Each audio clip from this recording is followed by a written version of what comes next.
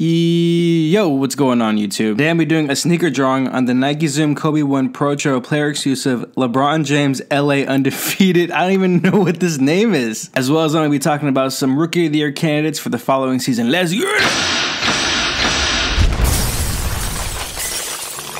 Now, in case you're interested in this sort of thing, this stencil, along with many others, are available over on my website, KicksArt.com. All the stencils on the website are free, and there is a search bar, even though it kind of doesn't really work too well. I got to figure that part out, but everything on there is free and should be easy to use. Relatively easy to use, at least. Now, a few days ago, we got initial images leaked of this sneaker that LeBron James is wearing. And again, I'm going to try to read through this name. This is the Nike Zoom Kobe 1 Protro player exclusive in collaboration with Undefeated for LeBron James as his player exclusive sneaker. I don't even know how I'm going to fit that in the thumbnail, to be honest. Now, as far as I know, there are no announcements saying this shoe is going to be released or if it's going to be released on the release date. It wouldn't surprise me one bit if they went and they actually released it towards the start of the season, since it is a pretty dope sneaker and LeBron is popularizing it right now since he uploaded pictures of it. But I just want to spend a quick minute kind of touching on the symbolism real quick. We have LeBron James, the greatest player on the planet right now, who just joined the Los Angeles Lakers and is doing a photo shoot wearing a pair of Kobe Bryant sneakers. Kobe Bryant being the last great Laker to play for the Lakers prior to LeBron James going there. We know that apparently there's a lot of people out there who are not happy that LeBron James went to the Lakers. I don't know why there would be anybody that would be upset that LeBron James went to your team, but I guess there are people out there that are like that. LeBron James has always had a lot of respect for Kobe, and I feel like this is just another thing he's trying to do to kind of maybe mediate some of the drama, to show people like, hey, I love this guy, I respect what he's done for your franchise.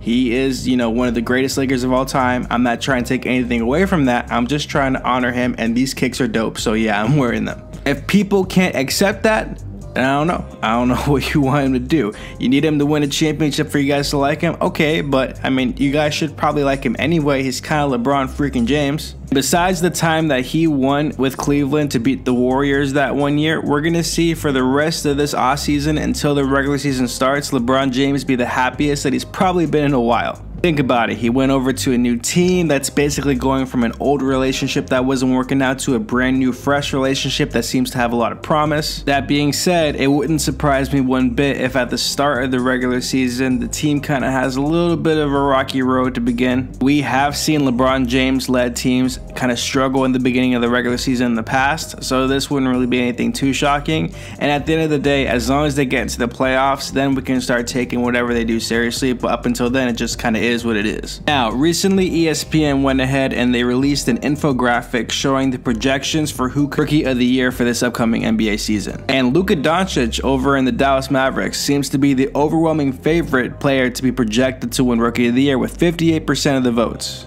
And what I personally find interesting is that they have Trae Young at 0%. Now, looking at this infographic, what I think is the case is that Trae Young didn't get like 0 votes, but I think they averaged it out so that way they kind of either round it up or they round it down. So Trae Young could have had like 0.2%, 0.3% of the votes, which isn't exactly a lot either, but it's not like he didn't get any votes. At least that's what I think. I remember last season that a lot of people, especially Jalen Rose, and I love listening to his podcast and stuff, but he was saying that he believes that Dennis Smith Jr. was going to win the Rookie of the Year for the previous season. And it's interesting now because now we see Dennis Smith Jr. and Luka Doncic making up that young, really interesting backcourt for the Mavericks. And right before the draft, there was a lot, and I mean a lot of hype over this guy, Luka Doncic. He was said to be probably one of the best, if not the best, international prospect to ever come to the NBA. He helped win his EuroLeague basketball team to win a title in 2017.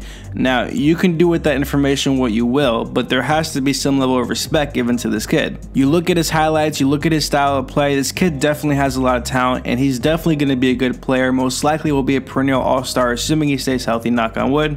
And what I like about him too is that he has a little bit of size to him. He's 6'7", almost 220 pounds, so he's got a little bit of weight to him, which is good because you're definitely going to need that in the NBA. That's one of the reasons why Steph Curry became such an outlier, such an interesting person in the NBA, because he really is a smaller, skinnier dude compared to the rest of the guys he's competing against. And because he was able to do what he does so effectively, it didn't matter that his size was his size. He was able to do what he needed to do to excel and have amazing regular seasons. Now, it also looks like we have a little bit of beef going on between Michael Porter Jr. and Luka Doncic, although it's really just one-sided as far as I know. After the infographic was posted, a user commented, "This is terrible. Luka is the most overrated person I've ever seen in my life." To which Michael Porter Jr. went and liked that comment. Seeing that Michael Porter Jr. liked that comment about Luka Doncic really shows that he kind of feels a certain type of way about the whole infographic as well as the player himself. A lot of people have been saying, had it not been for the injuries that Michael Porter Jr. had with his back, he most likely would have been #1 overall in the draft. And considering how loaded this draft class was, that's actually saying a lot. This guy went 14th, I believe. And if he comes out and he has a great season exploding with the Denver Nuggets, he will have been an absolute steal for that placement. I mean, this guy is 6 foot 10 inches, 210 pounds. He's a pretty big boy. But it's because of the injuries that he's had,